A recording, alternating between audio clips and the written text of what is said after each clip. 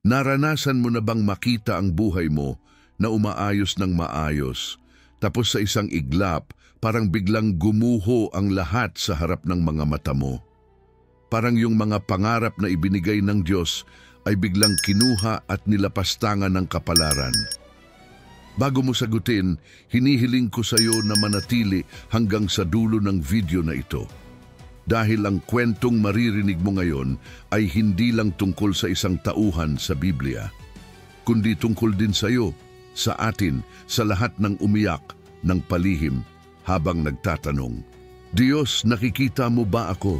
Ang soberanya ng Diyos ay hindi tungkol sa pag-iwas sa kaguluhan, kundi sa kanyang kakayahang kontrolin ang kaguluhan.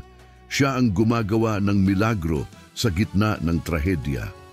Kaya ngayon sisimulan natin ang isa sa pinakamakapangyarihang kwento sa Biblia, ang buhay ni Jose, isang binata na tumanggap ng isang pangakong makalangit at itinapon sa pinakamadilim na hukay. Patutunayan ng kwentong ito na ang pinakamahirap mong araw ay maaaring mismong simula ng isang dakilang plano na isinusulat ng Diyos para sa iyo. Sa lupain ng Kanaan, kumikislap ang araw sa makukulay na guhitan ng balabal ni Jose. Regalo ito ng kanyang ama sa gisag ng pag-ibig at pabor. Ngunit sa mga mata ng kanyang mga kapatid, iyon ay apoy na nagpapaliyab ng selos at galit. Habang nangangarap si Jose ng mga bigkis ng trigo na yumuyuko sa kanya ng araw, buwan at mga bituin na nagbibigay galang, ang nakikita nila ay kayabangan, hindi pangako ng Diyos. At doon nagsimulang umusbong ang kapalaran.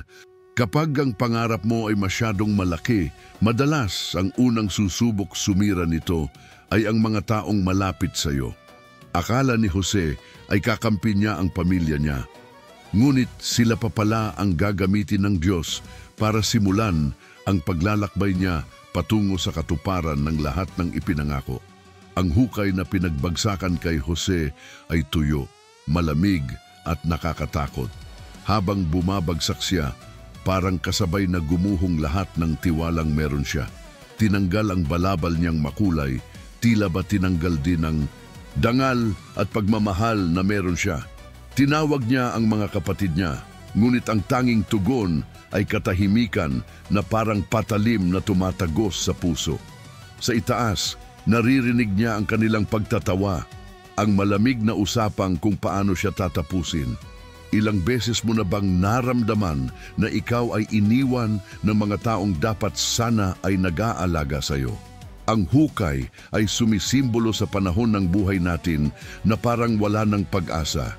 Pero pakinggan mo ito, hindi natatakot ang Diyos sa mga hukay dahil ginagawa niya ang mga ito bilang pasukan sa panibagong yugto ng milagro sa buhay mo.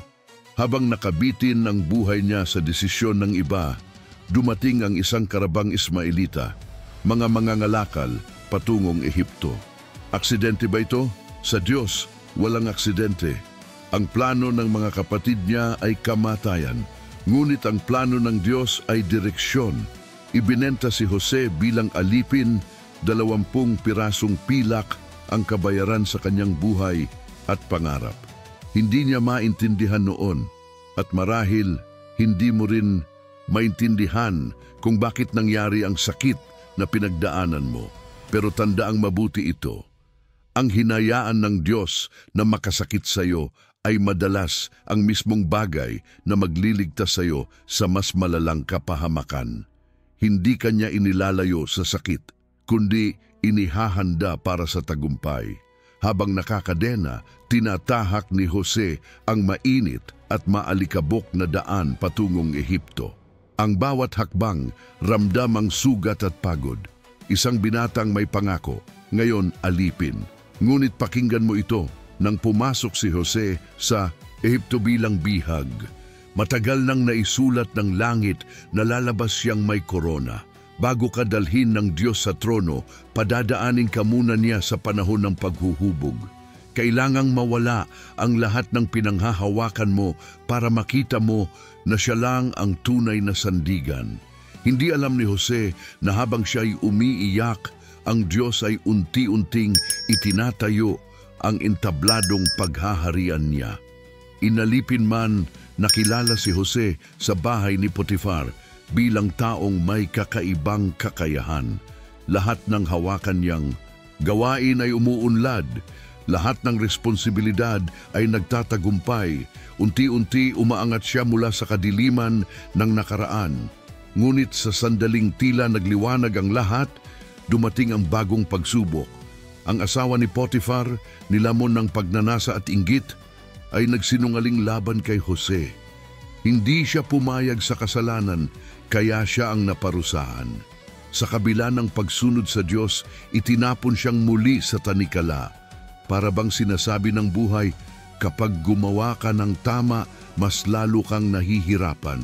Ngunit ang Diyos ay may mas malalim na ginagawa. Ang kulungan ni Jose ay ang waiting room ng kanyang himala. Sa bilangguan, nakilala niya ang tagapagdala ng kopa at ang panadero ng hari.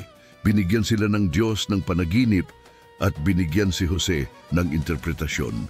Ang kaloob na kinutya ng kanyang mga kapatid ngayon ay nagbubukas ng pintuan. Ang isa ay naibalik sa palasyo, ang isa ay nahatulan. At si Jose nananatili, nakalimutan, 1 taon, 2, katahimikan, pasakit, panalangin na tila walang kasagutan. Naranasan mo na bang magtiwala pero walang nangyayari? Pero ito ang sikreto. Habang wala kang nakikitang pagbabago, ang Diyos naman ay naghahanda ng pambihirang pag-angat. Dahil mismong ang Faraon, ang pinakamakapangyarihang tao sa mundo, ay binigyan ng panaginip na walang sino mang makapagpapaliwanag.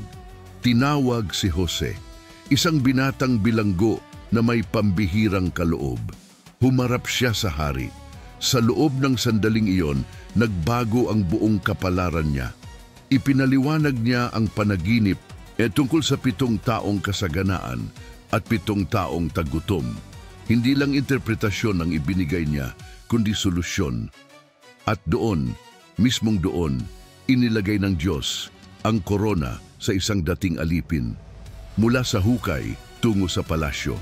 Mula sa paghamak, tungo sa paggalang. Kapag gumalaw ang Diyos, ginagawa niya ito ng nakikita ng lahat upang walang sino man ang makapagsabing aksidente lang iyon. Ang dating binenta, ngayon ay pinakakailangan ng buong bansa. Ngunit ang pinakamasarap na bahagi ay dumating ng sumiklab ang tagutom. Ang mga kapatid ni Jose na minsang nagpabagsak sa kanya ay lumuhod sa harap niya para humingi ng pagkain. Ang mismong pangarap na kinutya nila ngayon ay nagkatotoo sa kanilang harapan. Pero hindi naghiganti si Jose. Nakita niya ang plano ng Diyos. Sinabi niya, pinagplanuhan ninyong gawin akong masama, ngunit ginamit yon ng Diyos para sa ikabubuti upang iligtas ang maraming buhay. Iyon ang tunay na tagumpay kapag mas malaki ang layunin kaysa sugat. At ngayon, ikaw naman ang tatanungin ko, nasaan ka sa kwento mo? Nasa hukay? Nasa kadena ng pagsubok? O baka mas malapit ka sa palasyo kaysa sa tingin mo? Ang parehong Diyos na nagtaas kay Jose ang siyang kumikilos sa buhay mo ngayon. Kapag pinili ka ng Diyos, walang inggit, walang pagtataksil, walang kulungan ang makapipigil sa kanyang gagawin. Kung naniniwala kang may ginagawa ang Diyos, kahit hindi mo pa nakikita, i-type sa comments, "Ako ay nasa kamay ng Diyos."